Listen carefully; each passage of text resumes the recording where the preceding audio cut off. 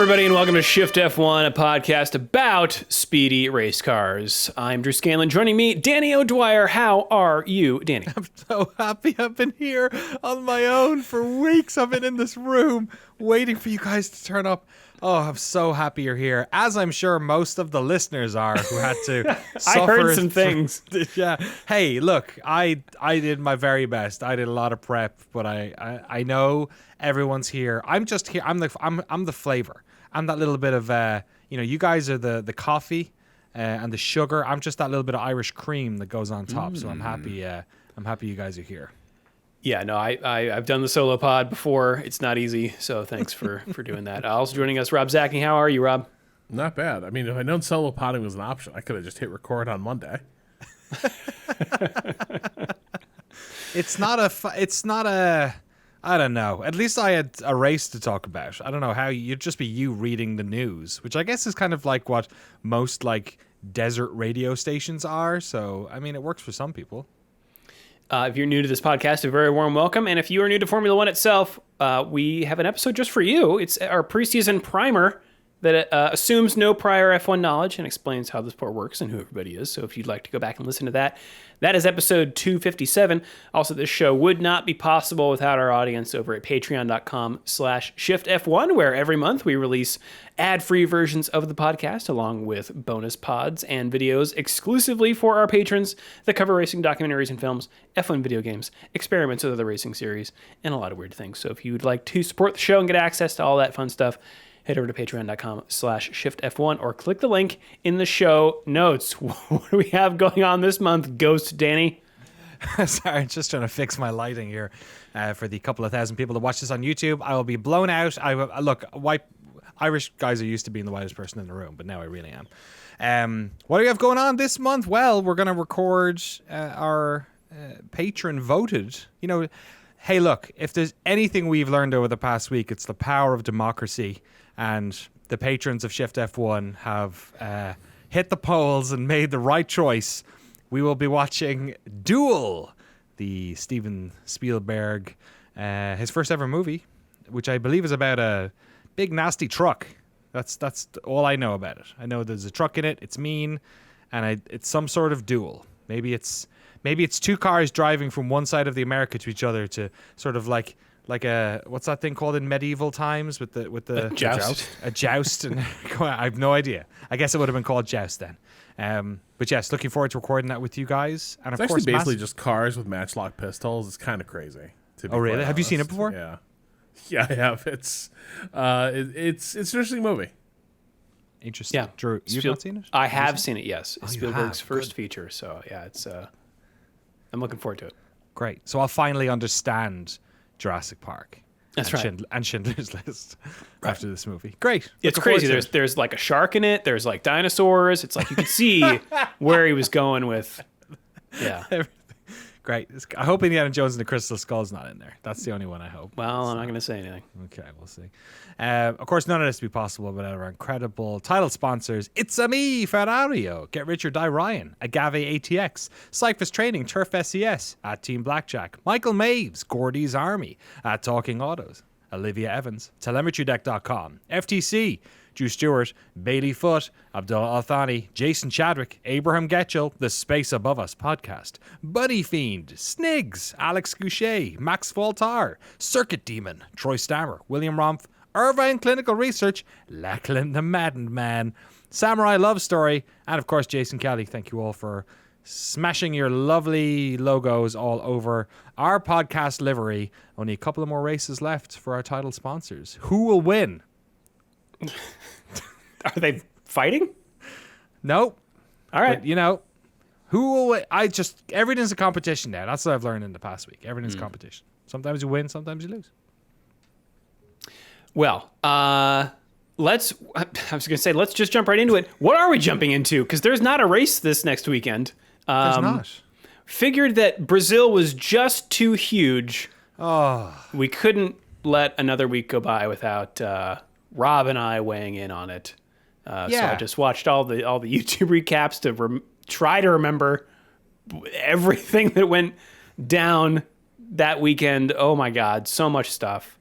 Danny, do you want to kind of take us through some highlights and do it that way?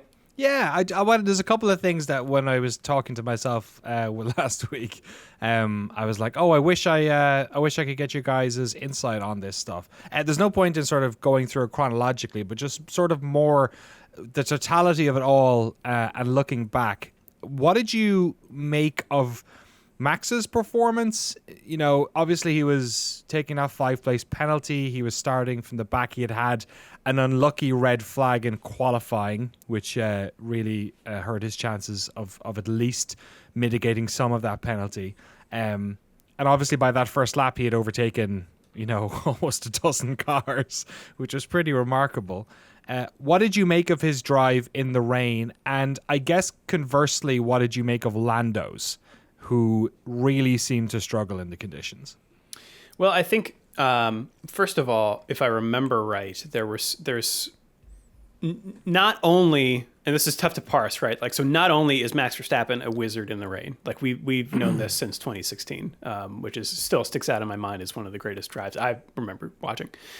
Him at this track when he was a kid, wiping the floor with the rest of the field. Yeah. He basically did the same thing here. Got lucky, right, with some safety cars and red flags, and it was able to, like Ocon, able to change his tires under the red flag, which is a weird quirk of the F1 rules. You could argue that McLaren made a naive call there as well. Right, because they pitted before that. Yeah. In a situation that was kind of maybe looked like maybe a red flag would happen. Well, I guess they found the worst moment. Yeah, I guess it was the next incident that happened. But a lot of people did, right? Yeah. So yeah, I like it's and again, it's tough to like assign blame or I don't know skill to. It just makes things a little murkier. But regardless, like of course, Max Verstappen's an alien. Like he just is an incredible driver, and you can't. You know, it's not a fluke. But yeah, it's. But I think this performance gets wildly overrated. Like this is the combination of the VSC and then the red flag with the free tire change is like, it was a very good recovery drive, and then he was given track. He was just gifted a ton of track position. It's not as impressive to me as 2016. No, he did finish like 15 seconds ahead of Ocon, I think, in the end. Yeah, but he got up there, right, and then just went away. I'm just wondering. It's an Alpine that was kind of up there by a fluke, anyway. You know what I mean? It's like it's one of those things where I don't think rain fully levels the playing field between the cars. So like I think Alpine were also huge beneficiaries of how the cards fell, and so I think it's very easy to.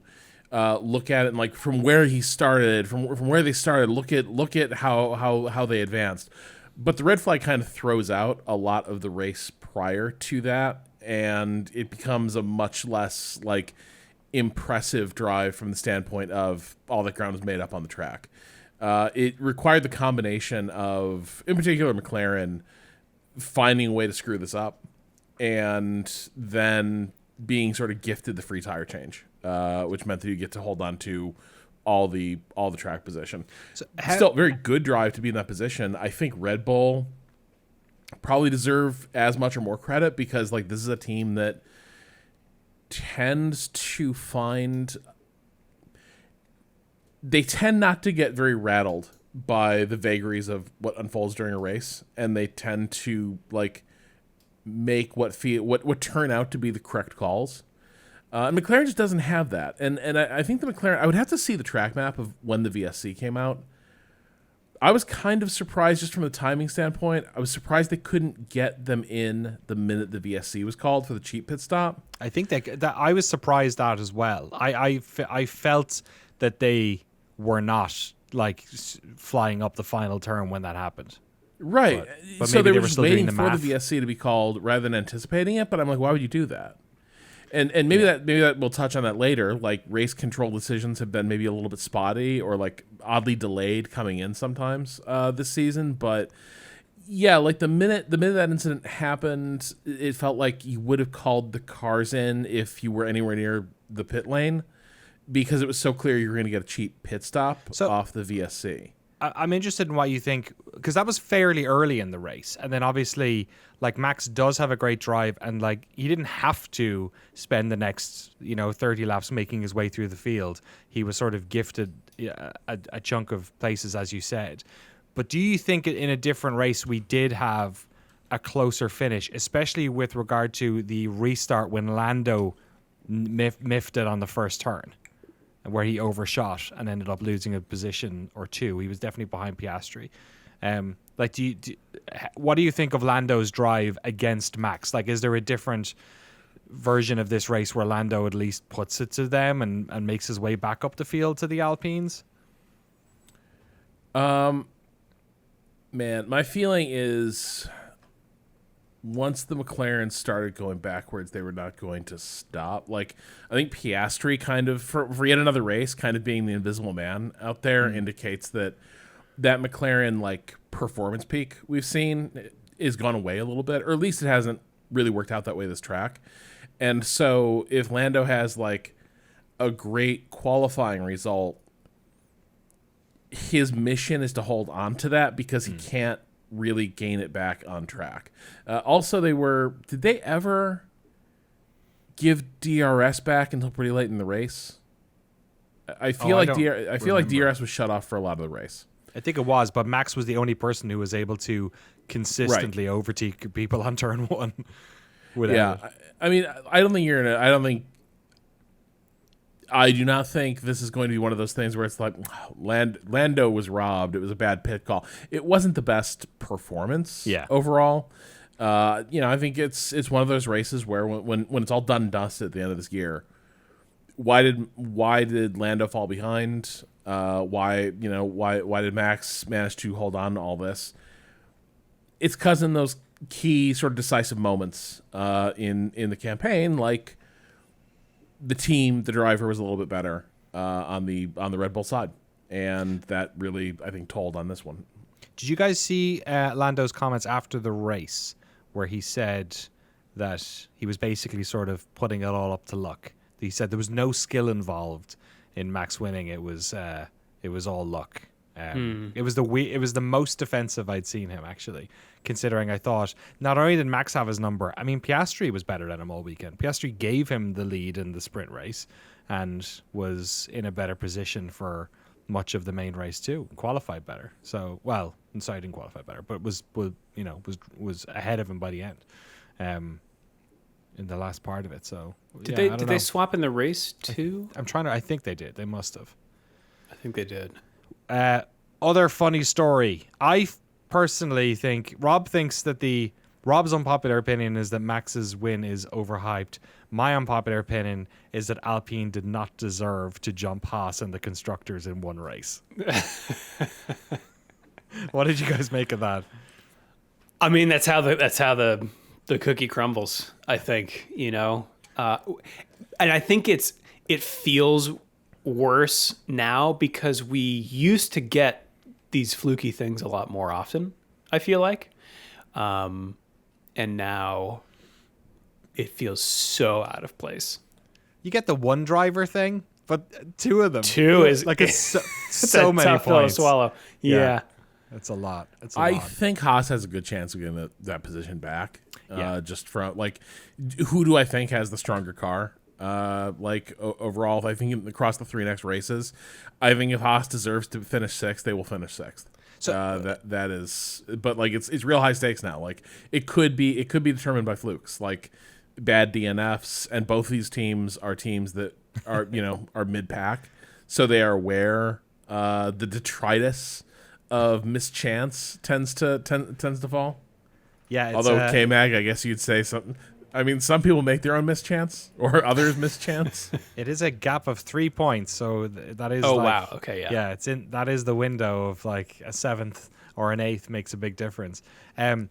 What do you then think of the situation with Ferrari and Red Bull? Because Ferrari obviously had a horrible weekend when it comes to points, and the gap there is not as big as it used to be either.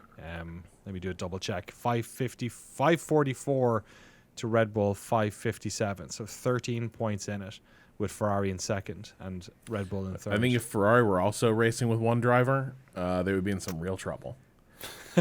That's a good point. Checo's not. Yeah, exactly. We're not even talking about Checo this weekend. He's too busy having fights with Liam Lawson. Yeah, and the rumors about Colapinto coming into the Red Bull fold are not going away.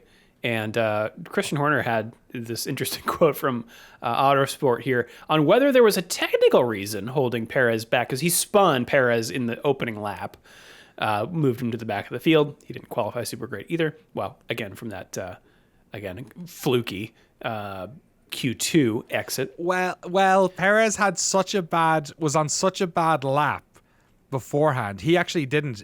Perez was coming. Did they pin him? Pulled him in. Okay. They were like, "Oh, you're doing so bad. There's no point in even setting this time. Just come in." Right. Okay. So, all right. Anyway, on whether there was a technical reason holding Perez back from matching Verstappen's charge through the field during the race, Horner said, "Not that I'm aware of. There was nothing evident to me in the race." So Colapinto was having a great race until he completely destroyed that car.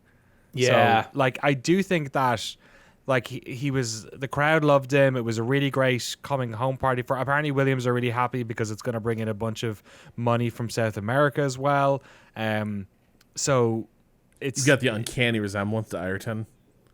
Yeah. You're right. Actually, yeah, there's a little bit of that going on there. But then he made the ultimate sin, which is completely binning your car into the wall. Mean, I don't know that you can blame him that much for it. Who was it? Lawson? Somebody was saying over the radio, getting some information from his engineer, and it was like, "Listen, I'm just trying not to die." Yeah. I think it was Lawson. And Albon did the same thing in the car. So also, yes. Yeah. So yeah, but I think Williams says that they're not even sure what spec they're going to be able to rebuild the cars to for Las Vegas. I felt so bad because during the rain delay, James Vowles keeps talking about how bad their finances are because of all the wrecks, and then what a shambles their supply for fielding the cars is, and then that weekend two total write-off accidents. Crazy. From drivers who are having good weekends. That's the other thing is you're on track for a really great weekend for Williams, and you're walking away with a huge headache and kind of nothing in your pocket. But the rise of Colapinto has been just sort of a bomb dropped into the middle of this, because talk about just all the weird places this leaves everything. If the Sainz deal wasn't inked and you're Williams, Sainz probably cost them an arm and a leg. And you're like, if it wasn't inked, if they hadn't done it, they were still sort of hemming and hawing, what are we gonna do? And then Colapinto comes in and crushes it. Yeah. Do you pursue Sainz? I don't think you do, just because he's now kind of more expensive than what you need. Colapinto's kind of tailor made for being in Williams at this point in his career, but you're wedded to this. Lawson is set to maybe cruise up into Red Bull when they finish figuring out what they're gonna do with Sergio. Yuki sniffing around there, and Colapinto looks better than both of them, maybe. Behrman, who knows? But the hype is not what it was after, he came in and drove a Ferrari very well. So there's this weird dynamic of the new hotness is the mid-season replacement. He is this year's Lawson, and he's maybe a little sharper. And last point on that as well is just to compound the terrible weekend for Williams, Alpine also jumped them, so now they're second last in the constructors again. Ugh. Yeah. So, rough times. Anyway, thanks for chatting about Brazil with me, gents. Yeah, I had a couple more notes. Hamilton, kind of nowhere this weekend. Really a bad weekend for him, which is surprising because Brazil is one of his favorite tracks. They might be very much focusing on Russell now as number one driver, and he's probably not getting the maybe the upgrades that he's Yeah. who knows? Senioritis. Drew, did you see the in-car, though, from Hamilton during qualifying? Oh, God. He was saying it was undrivable. Alonso, too. It was like when you completely fucked up your setup in, like, a racing game, right? Where, like, you cannot put the accelerator down without the car just, like, sidestepping on you. It was so recognizably out of control, and it was just bizarre to see a car that badly set up. I think that's part of it. Is like the vibe just seems awful now. Like the cars are coming out of the garage, really not ready to be driven. Hamilton seems pissed.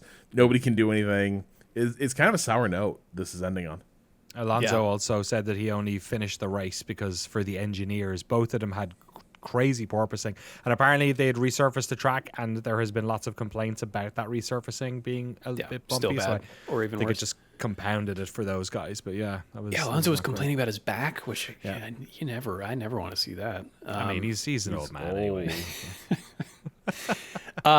Hulkenberg kind of beached himself, and then we cut back to him, and he's driving away, and we're like, "Oh, great, we can get back going again." And then they do a replay of the marshals pushing him back onto the track, and like, "Oh yeah, good job, Nico." Disqualified. The first black flag we've had in a long time. So Yeah, it was pretty cool. He should teach that trick to Lance Stroll, who managed to beach himself in the first pebbles. crash in qualifying, and then crash before the race even started. Yeah, rough. It's- Apparently it happened last year too. I don't know which driver did it, but apparently that. It's also the most happened last year. confirmation biasy thing. I felt bad for him almost Yeah. because, like, I genuinely don't think Stroll's incompetent. Like, genuinely, like I've seen enough. Like, he seems like a replacement level F1 driver, maybe a little bit below, like the sort of perfectly average cutoff. But like, he seems mostly fine. But man, if you have any doubts about like, what are you doing here? You know, why are you still here? And he beaches it on the formation lap. Just not the look you want. Really emblematic maybe of where Aston finds itself right now. Yeah, it was real sort of reminding me of like a Grosjean-esque thing of like, because he did two things wrong. He like spun out under braking on the formation lap and then made it worse. Like that was a classic Grosjean thing of, I've spun out and now I'm going to like flick my car around and crash into the wall. You know what I mean? Like it was And it was Stroll that drove into the gravel and got stuck. Yeah. It was like he was scared to do the wheel spin thing because of where the he flip was. around. Yeah, but like wet gravel, you know what I mean? Like, come on. All right. Well, that is a race firmly labeled bonkers in my post-race spreadsheet. So I'm glad we got to discuss it a little bit here. That's going to be it for our Brazil recap. We're going to take a quick break, and then we will be back with some news and emails. All right. News, Danny. Let's kick it off. This is a surprise. Yes, this is hot off the presses. So, F1 race director Niels Wittich, he's a witchy man. It's Halloween's over, and he's out of here. Niels Wittich, he is the guy who replaced Michael Massey. He is stepping down from his role as race director with immediate effect. And this has had a little bit of a dominoes in relation to who the new race director is, but also there are rumblings that he did not step down and in fact was pushed. This kind of all ties up with the general frustration, let's say, disdain of FIA President Mohammed bin Salem. We obviously will probably talk a little bit about the driver letter that was written last week about the cursing, about the stop, for goodness sake, stop making a big deal about this cursing and giving us all fines and community service for it. But what happened in this case is, here's a quote from Mohammed bin Salem. "If you look at our officials and race directors, we have an issue, and the issue is that we don't have enough race directors. You cannot order them from Amazon or Google. No, you have to make them.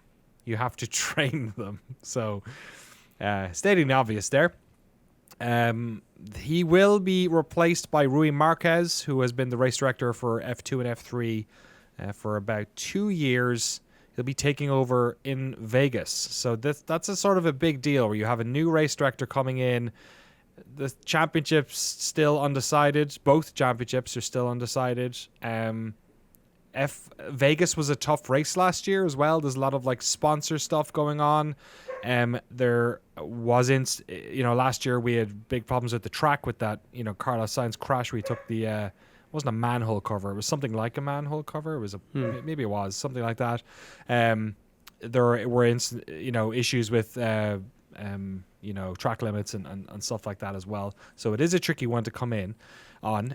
Like I said, he's been doing F2 and F3 for about 2 years. Before that, he was part of touring cars since like 2014. His role will be an interesting domino that's kind of cool to see, though, is his race directing role for F2 and F3 is going to be taken over by Jeanette Tang, who has been involved in the Singapore race for years. She was the winner of the inaugural Charlie Whiting Award a number of years ago, which is a award that's given to people to celebrate their upward sort of mobility within the sort of behind the scenes of races. She's been involved in the Singapore race for 12 years and is the current director of the race at Singapore. So she'll be taking over as she has been deputy race director on F2 and F3, and she'll be taking over as race director for those going forward, I believe.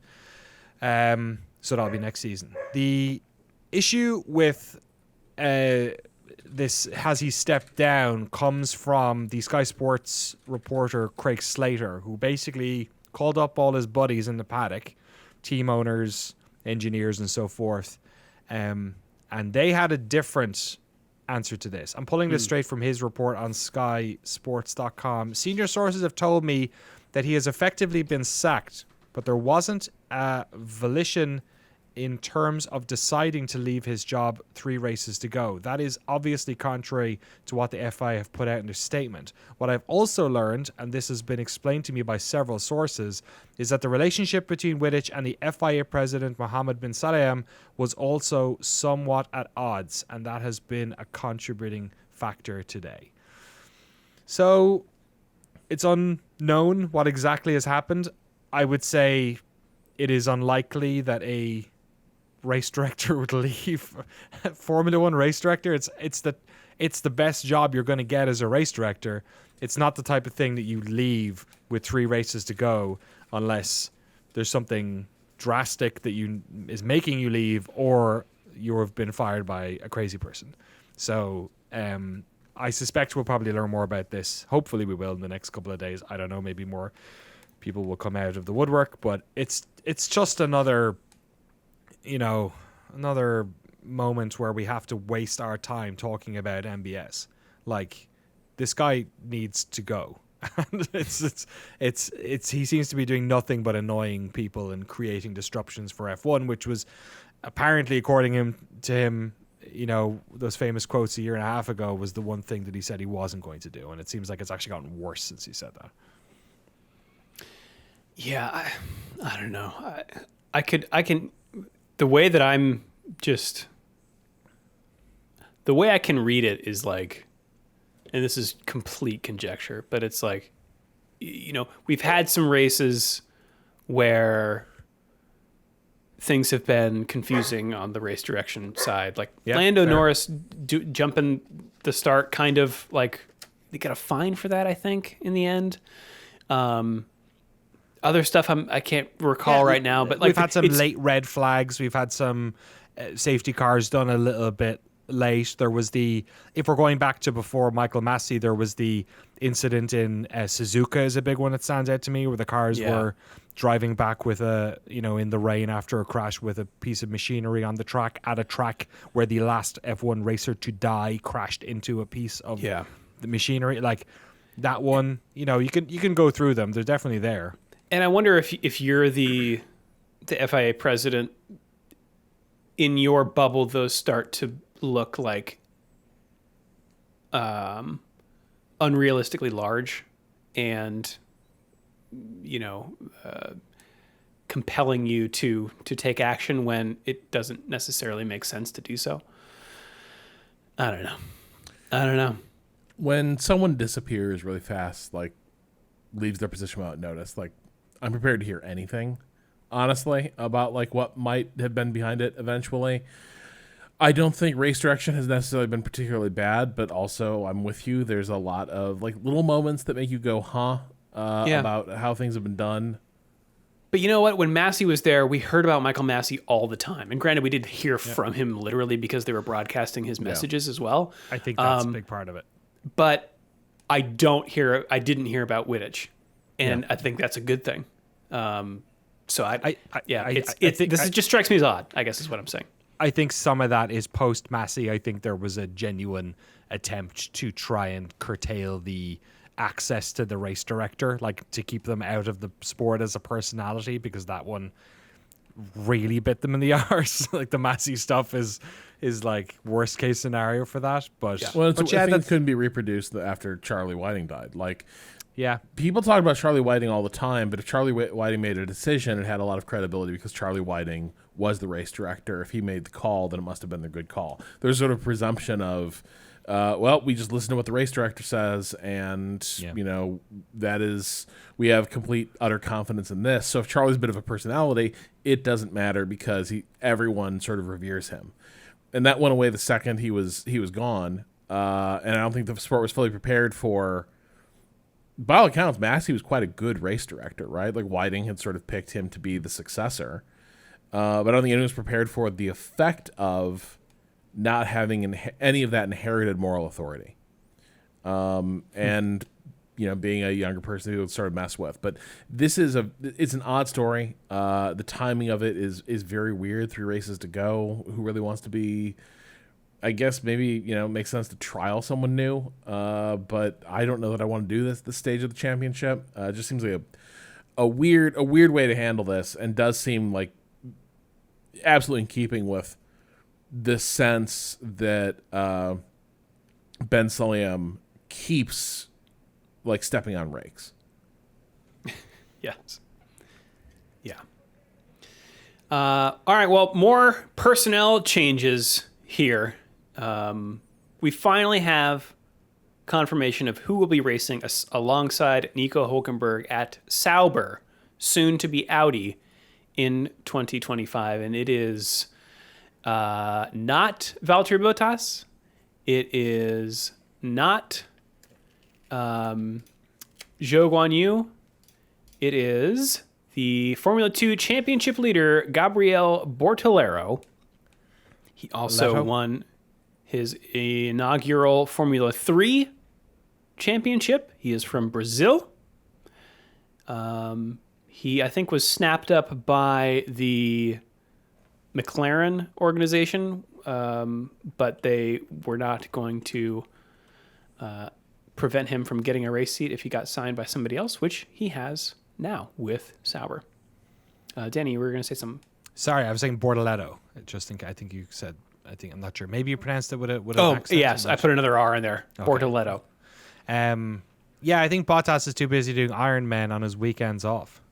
Did you see that? No, did he? He did an Ironman at home. Oh my god! He did it in his pool. It's on like Instagram or something. That's insane. It took 11 hours. He did it in his pool, on a treadmill, and on a Peloton, and then on a treadmill. Yeah, I can't imagine doing. His pool is not that big. Are you calling it a threadmill? Did I say treadmill? Treadmill? Yes. Do you know what that is? God, this is embarrassing. This is like deep Irish. It's because the weaving industry is so deep in Danny's blood that he just can't. He looks at that as like that'd be a good place to do some weaving. Shouldn't be a treadmill. Should be a threadmill. It's like the thread of my Irish accent humiliation in England, which is that like when you move to England, you're saying 1, 2, 3 a lot, like 33 and a third. You're not saying 33 and a third. So I start now put adding soft T's exactly. everywhere. I've been adding soft H's to everything since, because the British broke me down. So I'm so sorry. That's on me. That's my fault. Treadmill, 33 treadmills. Yeah, he did an Ironman. That's great. At home, which is pretty cool. Yeah, that's great. I don't know. It seems like we were talking a couple years ago about like Where are all these rookies? When are we going to get these rookies? We're getting them now. This is the year. We can see them all. Why did they have to take the jobs from my boys? Bottas. Bottas, it appears, the rumor is that he will be going back into the Mercedes fold to be a test driver or a sim driver or a reserve driver, things like Makes that. sense. So. He left on good terms there. Seems to get on with a lot with those guys. I think he chose his F1 career. You know what I mean? Like I don't think Bottas is. It's hard to say. Look, the car is the car, right? But I don't get the vibe that he is like the serious hardcore competitor he was when he was at Mercedes. He seems like he has sort of established himself maybe half a gear down from that. And so in a way I can't really, blame it if other teams don't really want him, an aging driver who, is sort of is in his later years and has decided. I'd rather be biking as practically hanging off yes. the rear diffuser of that F1 car. But it is a Sauber. Who wouldn't rather be biking? We do, yes, have 4 rookies: Bortoletto, Jack Doohan, Behrman, Antonelli next year. And maybe Colapinto. And maybe Lawson. That's the last seat that is unconfirmed. I guess they don't count as rookies, so they're doing their rookie stuff right now. You know what I mean, though, like full. Yeah, not they have not done a full season. Yeah. So yeah, the Lawson seat that he's currently occupying is not yet confirmed. But everybody else is. So we've got the 4 rookies and then 4 other changes: Hülkenberg, Hamilton, Ocon, and Sainz. So it's gonna be an interesting preseason primer in 2025. Yeah, it's gonna be an interesting season. Next year might be. I'm not gonna say it. I'm optimistic. I'm optimistic a bit. The way where the cars are now and the fact that 2026 is hanging over everywhere, people aren't going to be crazy investing in their cars for next year. Like 2026 is the year. So it's like when you're about, you're gonna like sell your house or sell your car. You're like, I'm not gonna clean it for a while. The cars are being returned to the leasing office. Exactly. It doesn't need that oil change. Yeah. I'll just, it's fine. Like next year might be like that. And then if we're at the top, if we're at the ceiling of the development of a lot of these cars, that it could make for an interesting thing. And then we get the beauty of the next year's regulations ruining everything. Isn't that how it works? The last season is always the best one. And then the next year's somebody figured something out and they're 12 seconds ahead of everyone. Who knows? Might be Alpine or whatever it'll be called by 2026. Well, you might not be able to say that in 2026, Danny. Whoa. Am I going to get cancelled? What happened? Is Maybe. French going away? Rob, what's up with the GPDA? Sacre bleu. So the Grand Prix Drivers Association released a joint statement basically asking for the FIA to lay off about the swearing in so many words, and also stop being so patronizing to the F1 drivers. So some of the quotes: "Our members are professional drivers racing in Formula One, the pinnacle of international motorsport. They are the gladiators, and every racing weekend they put on a great show for fans. With regards to swearing, there is a difference between swearing intended to insult others and more casual swearing, such as you might use to describe bad weather or indeed an inanimate object such as a Formula One car or a driving situation." This being references to Verstappen using swearing to, like, just cursing about how shit his car has been, and also references to Leclerc sort of dropping a very casual F-bomb, but like not even a heated one in a press conference, just like saying like, and then I realized, oh fuck. And so these drivers have been issued fines by the FIA, and Max was given he had some community service imposed on him by the FIA. He had to pick up trash around Interlagos, was it? Do you Yeah. know what he did? I don't know what the community service was. I'm like fascinated. He hasn't done it yet, and like okay. Hamilton's gone on record being like he shouldn't do it. I wouldn't do it. Yeah.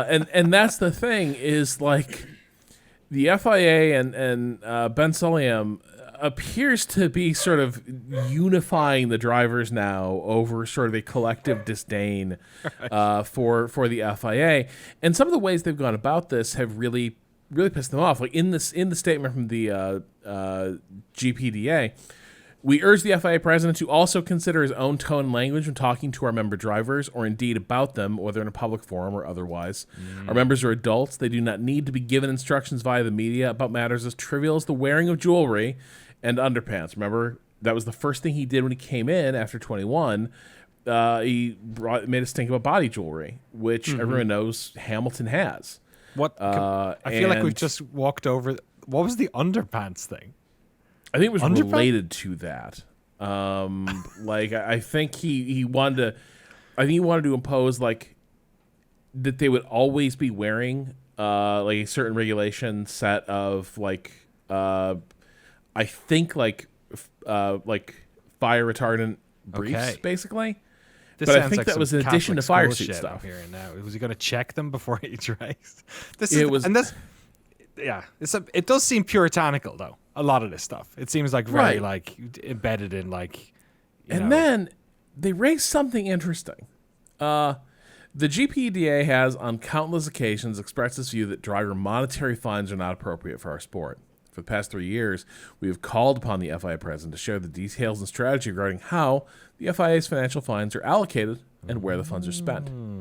We've also relayed our concerns about the negative image financial fines bring to the sport. We once again request the FIA president provides financial transparency and direct open dialogue with all of us. So, Ben Sulayem, remember he had that, like, I mean, it's been a disastrous year, right? Again, guy keeps stepping on rakes. But earlier this year, he gave a series of interviews to various outlets, trying, I think, to make himself more sympathetic and trying to like sort of talk up his work with the FIA. But consistently coming across as kind of resentful and insecure, ineffectual little bureaucrat.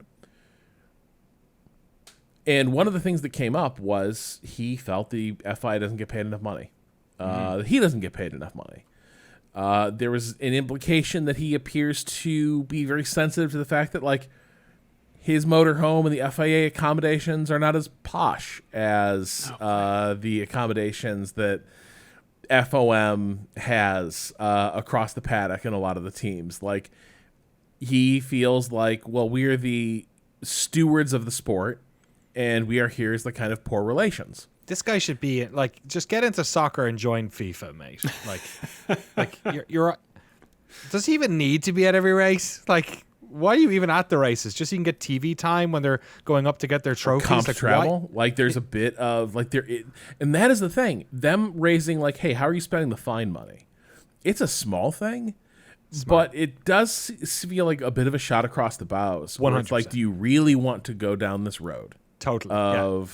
Where is the money going? Do you really want us to just start asking questions about like how you are spending the budget you gain through fines, through other contributions we make to the FIA? Because everything about this guy does kind of scream he wants to be perceived as a big shot, right? Like if you took him out of this context, this is a dude who's like underwater on a car lease and like his credit cards are all maxed out. That is the vibe you get.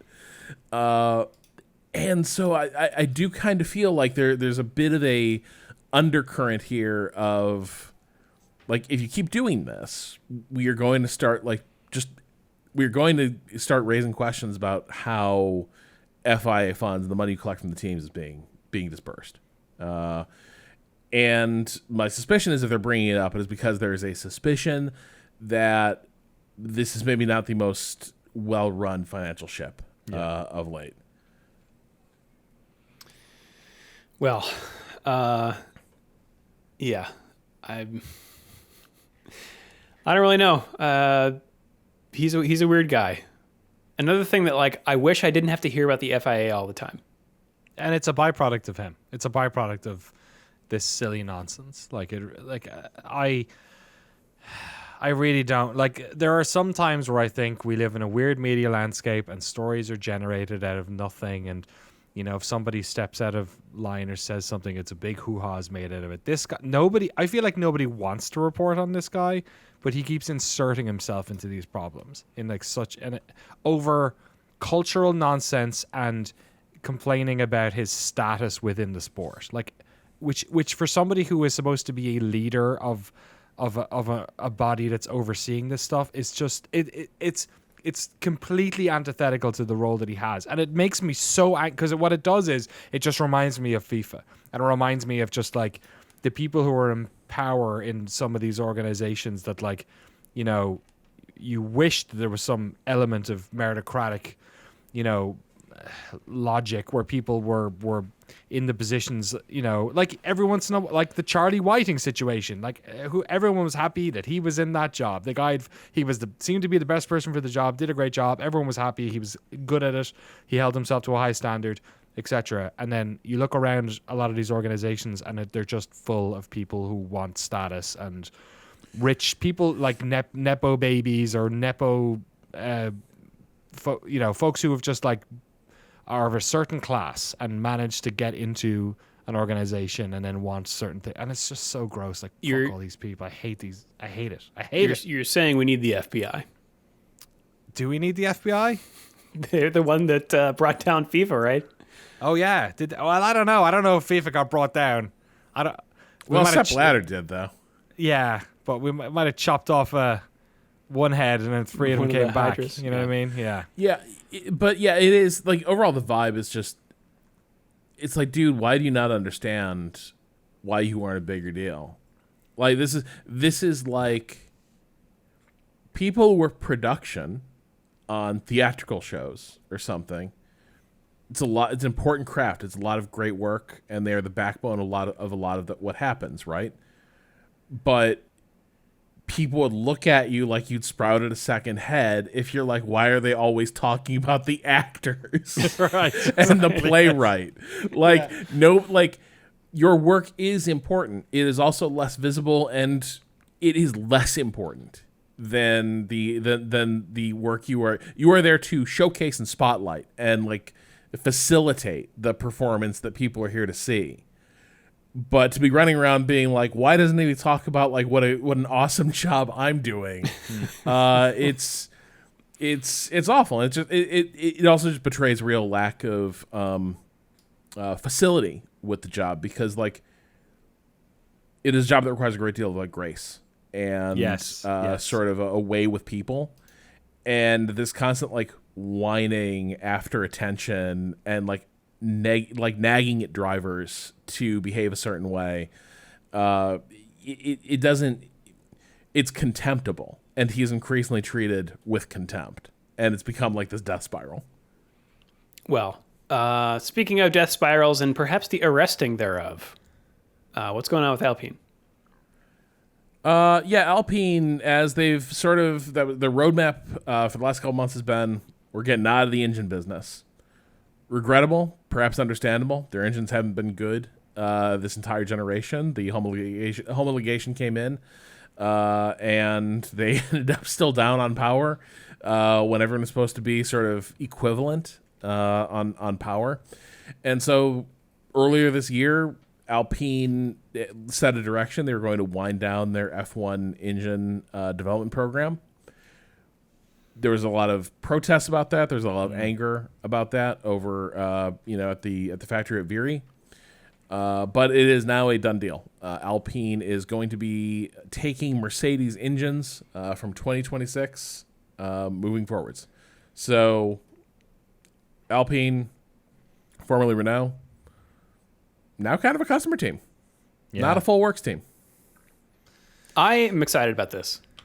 Really? Because I feel like it will make it more likely that we will have more cars able to fight with each other instead of one with their hand tied behind their back.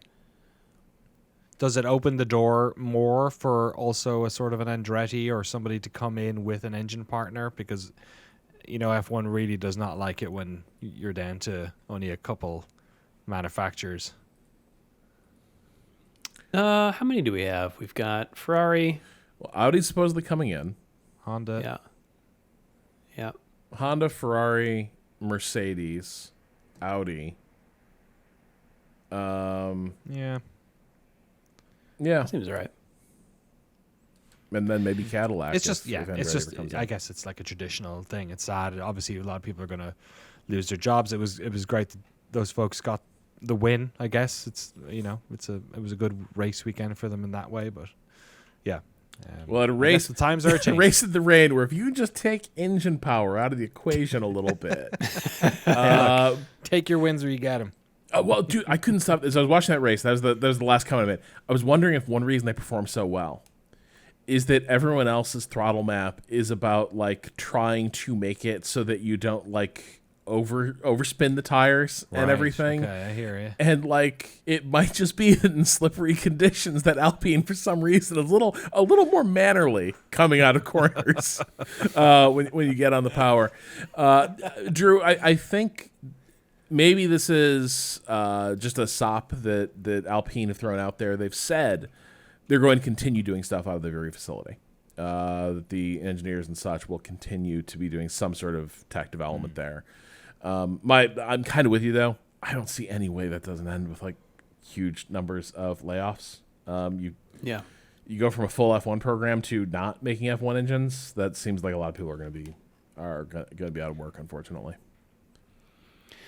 All right, well, let's move on to emails. Shift+F1podcast@gmail.com or f1.cool/emails. Rob, do you have time to stick around? Yeah, I can take a couple questions. Okay, let's start with Danny. Sure, this one comes in from Zachary. Hello, I wanted to add some additional info to the Zak Brown Wheel of Fortune story, as it's much wilder than most sites reported on. Zach was on Dale Earnhardt Jr.'s podcast a few weeks ago for a 90-minute interview that is really good, because he has purchased several of Dale Sr.'s cars for his collection. Most people pulled the Wheel of Fortune story from that. But the longer version is this. He didn't win cash. He won some fancy watches that he had to sweet talk a pawn shop into taking from him as a teenager. He used that cash to go to the Long Beach Grand Prix, where he met one Mario Andretti and asked, "How do I get into this?" To which Mario replied, "You start in go-karts." Using the leftovers from the watch sales to buy a cart, he quickly realized he needed sponsors.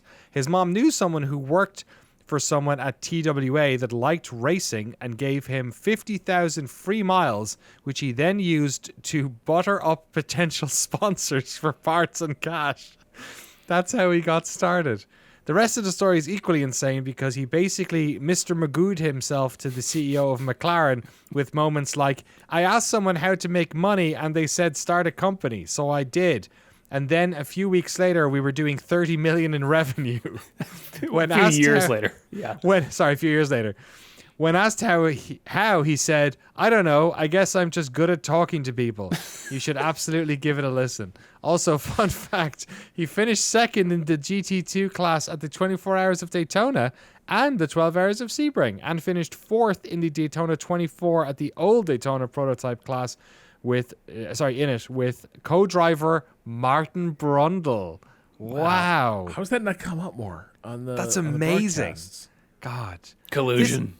This to me is like a story of, like, there's a certain amount of, fortune, luck is, opportunity meets preparation and all that. I think Zak Brown strikes me as someone who's just like good at talking to people, smart and industrious. And if you put them in a position like this, sometimes this type of thing happens. It might seem easy to him, but that whole story also reminds me, though, of stuff I've heard about Roger Goodell, who was the commissioner of the NFL. Yeah. I remember reading a profile of him, and one thing that comes up a lot with him is that anyone who's important in the NFL, any important owner, he's like, he's a very close friend. He's been a mentor of mine for years. Right. This is a man in his 40s and 50s, surrounded by people he considers his mentors, and he genuinely seems to consider them his mentors. He has like 20 mentors who are all like billionaires, and they're the people like running the league he's supposed to administer. But like, this is why he's had such longevity. It's why he has become such a wealthy man in that position. He has convinced tons of people with enormous amounts of pull. Yes. that he is a protege and they have a rooting interest in seeing him advance. And so part of that story, I do wonder if like there's still the version of it that's like the more Sharky version of it, which is that he's doing this Horatio Alger shtick, going up to all like various people in and around motorsport and marketing and like getting them to be like, wow, what a character, and continuing to sort of advance through that. Both can be true. People's hearts can be mysterious even to themselves. But like from what my impression is of Brown has never been, this is Mr. Magoo, right? Like my impression has always been there's a little more calculation with this guy than even you're used to seeing with a lot of the other team principals. Yeah, and like maybe their rise has been slow, but it's been steady. Like McLaren's in a great spot, and pretty much every year they've been in a better position than they were the previous one. So, yeah, he's if he's tricking a lot of people, he hasn't. He's done a pretty good job of it. He's obviously pulled out a lot of what he said he'd do. But yeah, I'm with you. I think there can be two truths to a lot of this stuff, and yeah, buttering yourself up. I mean, that's what a lot of good business is as well. Is getting the right clients, you know what I mean? Like, go where the money is. That's how you make those big leaps from one plateau to the next. Yeah. All right, next one comes in from Caspian, who says, "G'day, Shifties. Love the podcast. Last episode, you mentioned the Gold Coast 500 Supercars race at Surfers Paradise, which is taking place on the land of the Kumbumeri people Excuse of me? the Bundjalung. Yeah, I was really excited for where that was going. Bundjalung Yugambir language group. Nice. For that extra bit of surfers fun, the drivers don't get a traditional trophy, but instead a surfboard." And Caspian has linked some pictures here. It's not a small surfboard. Oh, no. It's a surfboard. That's like a legit surfboard. Do you think this happened in the same way as that Mickey Mouse trophy we had a couple of weeks ago, where they were like, "Oh no, this trophy is copyright infringement. Quick, put our logo on. What do we have around here?" Right. Surfboards everywhere. Maybe. I mean, you could put a lot of advertising on that. There's a lot of real estate there. You're right. Caspian continues, "Last year's podium celebration from Dave Reynolds was also pretty epic. I guess he had to find a way to top throwing the pot plants off the podium." Oh my God. Which he did after his maiden win in 2013. Caspian then links a video of that, which is great. It's like he wants more excitement, and he's got his team down below him. So he's like, I don't got to throw something to you. How about these plants? Oh my God. They catch them. They catch them down below. And then here's a shot of 6 grown men with in race uniforms all carrying their own surfboard, which is I've never seen before. Looks AI generated. Looks like something I shouldn't be seeing. I've only been watching watching F1 since the end of 2021. Aside from Lando breaking the Hungary trophy, are there any other wild, slightly destructive celebrations that F1 has seen? What about weird, not actually trophies? I think the one that always comes to my mind is Senna holding the Sonic the Hedgehog trophy. Yeah, that's a good one. Patrick Stewart doing the shoey is another fun one. Big fan of that. Not destructive, I don't think. No, did someone... I'm trying to think if someone fell before. I think someone fell. There's a lot of people... Did Lando break... Lando keeps breaking his ones. There's like montages of Lando breaking his The only one that stands in my trophies. mind is when he broke Max's. Oh, he did. I think that's the only... bottle. Yeah. I think he's broken the champagne bottle a few He times has. because he likes to crash it on the ground to make it spurt up. He does the stomp. I think he Yeah. did the stomp before it opened as well, and that was not good. Yeah, I can't think. That's otherwise. good stuff. I'm going to put links to all that in the show notes so people can take a look. Rob, you want to take this next one from Kathleen? Yeah, Kathleen writes, "Hey, Drew, Danny, and Rob. Love the pod. The race week doesn't feel quite complete without it. I've been following F1 for a couple years now and consistently watch races for the last 2 seasons. This is the first motorsport I've ever followed. I've gotten more comfortable understanding the team's dynamics and some of the technical stuff of the sport, but I've got a long way to go. Wondering what your tips might be for leveling up my knowledge of Formula One, but also motorsport in general. Thanks, guys." So there's a lot of angles of attack, right? I think a podcast I'd recommend is probably F1 Beyond the Grid. That is just start at the beginning of the podcast. Tom Clarkson is the guy who people often get pissed at during Formula One press conferences because he's like the questioner in chief as part of the sort of traveling circus. But despite those heated moments, people do seem to genuinely like Clarkson quite a bit.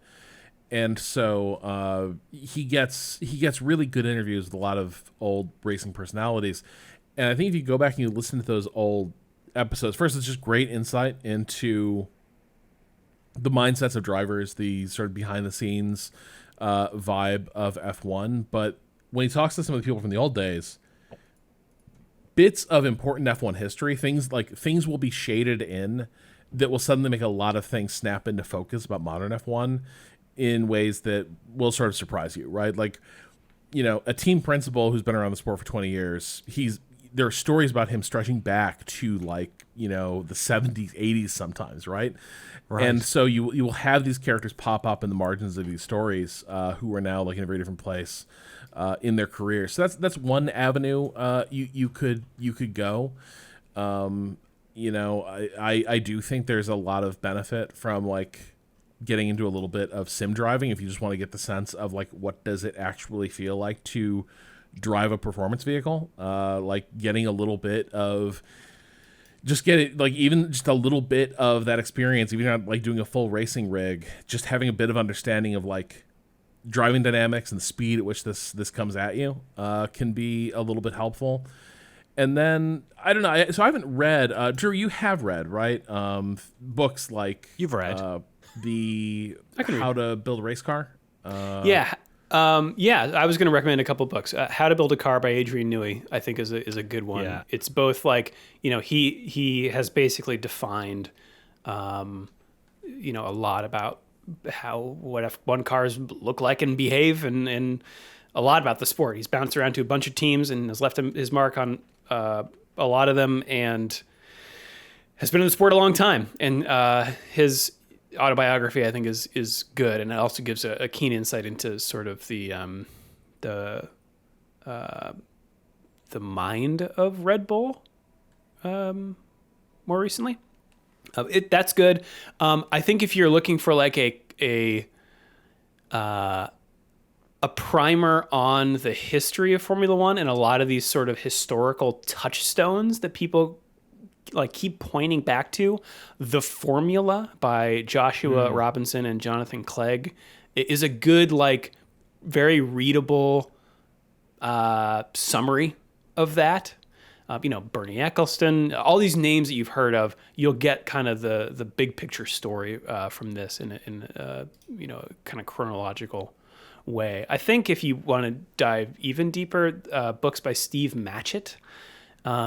The one I read is The Mechanic's Tale. The one he's known for is called Life in the Fast Lane, but that's hard to find. I think there's some dispute with the publisher. The Mechanic's Tale is basically let's see. Life in the Fast Lane is his diary from being a mechanic in the 1994 season on with Benetton. And The Mechanic's Tale is basically taking that and rewriting it with more of a narrative instead of just diary entries. So that's pretty good too. That's more of a deeper cut. But those are the books I'd recommend. Yeah, I'm not great with the books. I think the one I'd recommend though, I've been meaning to read it and I keep hearing it from folks, is the Ross Brawn one, Total Competition. I think it's Ross Brawn and Adam Parr, which is sort of the story of it's elements of the race stuff, but a lot of the business as well. Of F1, and obviously he's got a very interesting perspective spanning many different teams and eras of F1. It seems to be pretty well reviewed. I think, obviously you can point at movies and stuff like that, right? That you can just Google that. It's not going to be particularly difficult. What I would say is one of the things, a skill that you might not realize you've unlocked if F1 is your first motorsport, is that now you're going to find it way easier to get into other forms of motorsport because there are sort of some fundamental, non-technical understandings you will have now about, why are half the motorbikes on this MotoGP thing never going to win? And you know, what's the deal with the tire situation in this class, or what's up with the, you know, oval racing? Like, NASCAR can't be that boring, right? There must be a reason why people watch cars going round in circles. All these sort of like fundamental questions that I feel like when you're not into those sports stop people from getting into them, because they need to have this sort of backpack of knowledge that they've carried with them for context for all these. I think now the context of a lot of these sports is way, way, way easier to get into. Like this past weekend, there was no F1 race on. I watched all of the finales to the NASCAR, the Xfinity series, the trucks, all the stuff that was on in Phoenix was great. I caught up on MotoGP, which is in a fantastic coming down to the last race season. I think none of that would have happened if it wasn't for F1. Like, that was the sort of gateway drug. So I'd suggest that as well. Like, you know, flirt with other series, like expand your horizons a bit, because I think I love F1 more because I know the things that it's good at and bad at. And when you go to other racing series, it can be really interesting and refreshing to see what they're better than F1 at, and also in which ways do they fall short. Well said. All right, should we bring this one to a close then? Yeah. All right, yeah, shift.f1podcast@gmail.com or f1.cool/emails. You can also hit us up on the socials. That's us around the internet. Do you want to take it around the world, Danny? Let's race around the world. Yeah. Yeah, I love that little higher key as we're getting down to the end of the season. I think so. Oh, nice. I'm just going to drown out the frogs. No, they haven't come back yet. Oh, good. Not yet. You're right, Danny. MotoGP, the conclusion of this season, is happening this weekend in Barcelona for the Motul Solidarity Grand Prix of Barcelona at the Circuit de Barcelona, Catalunya. The aforementioned Repco supercars are at Adelaide Parkland Circuit in Adelaide, Australia this weekend for what looks like their season finale. Ooh. And we've got the NHRA In-N-Out Burger NHRA finals in Pomona, California. Must be in California if we're getting in and out. That's right. Where's Pomona? SoCal? Yeah. It's like Ventura County or something. It's like something. I never know where any of these places are because they're all just part of LA. I'll look it up. Yep. And that's it. I mean, we're getting, wintertime is upon us, or almost, and cars don't race in wintertime. I was super close. It's in like the valley, east of Pasadena. All right. Over there. Did you guys watch the NASCAR stuff? No. It was really good. All because it's the finals, right? So it's all right. It's up in the air to a certain extent. I mean, yeah, less so, and maybe in the Xfinity one and the trucks were fun. I was like, I'm gonna watch some Talladega. I was like, no, I can't take this. I cannot. It was like I made 20 laps of them just like pack racing, nobody overtaking, and I was like, I cannot with this. I do not know how, like, every highlight I see from NASCAR is the most hyped thing I've ever seen. And then I'm like, all right, time to get me a taste. And I'm like, holy shit, I cannot believe how huge the sport is. It's wild. Well, that's what's going on this weekend. Danny, what happened on this day in history? I know, right? Here's me saying I don't read books. I read books every week. I read the same book just a little bit at a time. Exactly. Who knows? It might take a few years. We're going to have some overlap, I think. On this day, November 13th, in days of Do you think one yore, of these days Danny's going to open the book and it'll be reporting our deaths?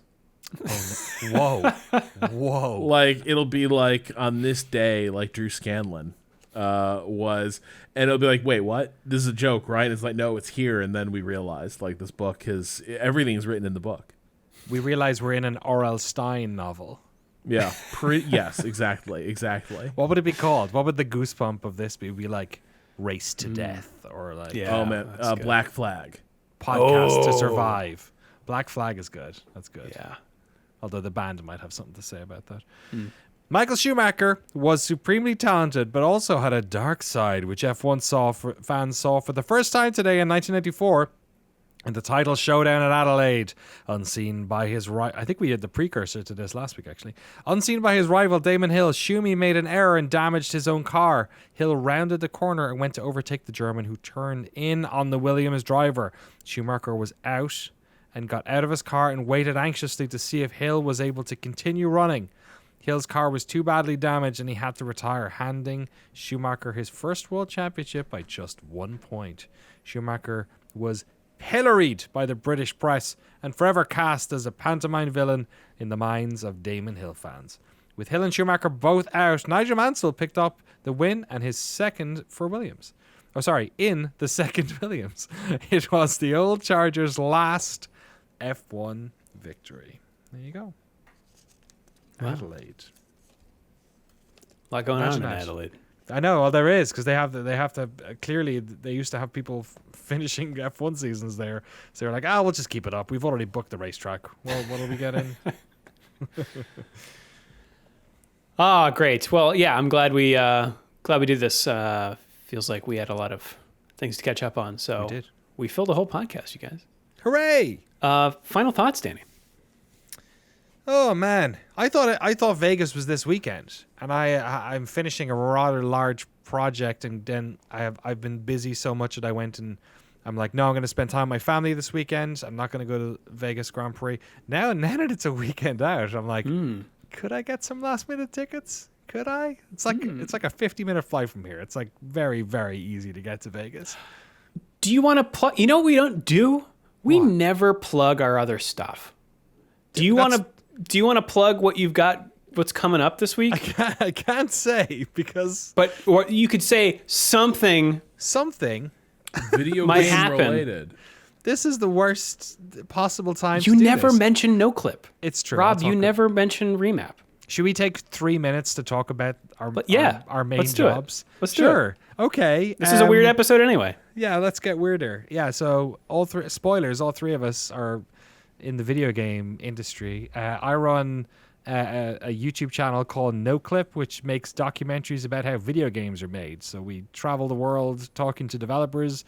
And you remember those behind-the-scenes videos used to get on DVDs? We do that for video games, but they go out for free on a YouTube channel. So if you type Noclip into YouTube, you'll see our black and white logo. And then right now we've over 100 documentaries at least, because we've been doing it for about 8 years. And I also do some commercial work on the side, and we have an interesting project coming out pretty soon, which I'll talk about soon, I guess. But that's what I'm currently, nose to the grindstone on.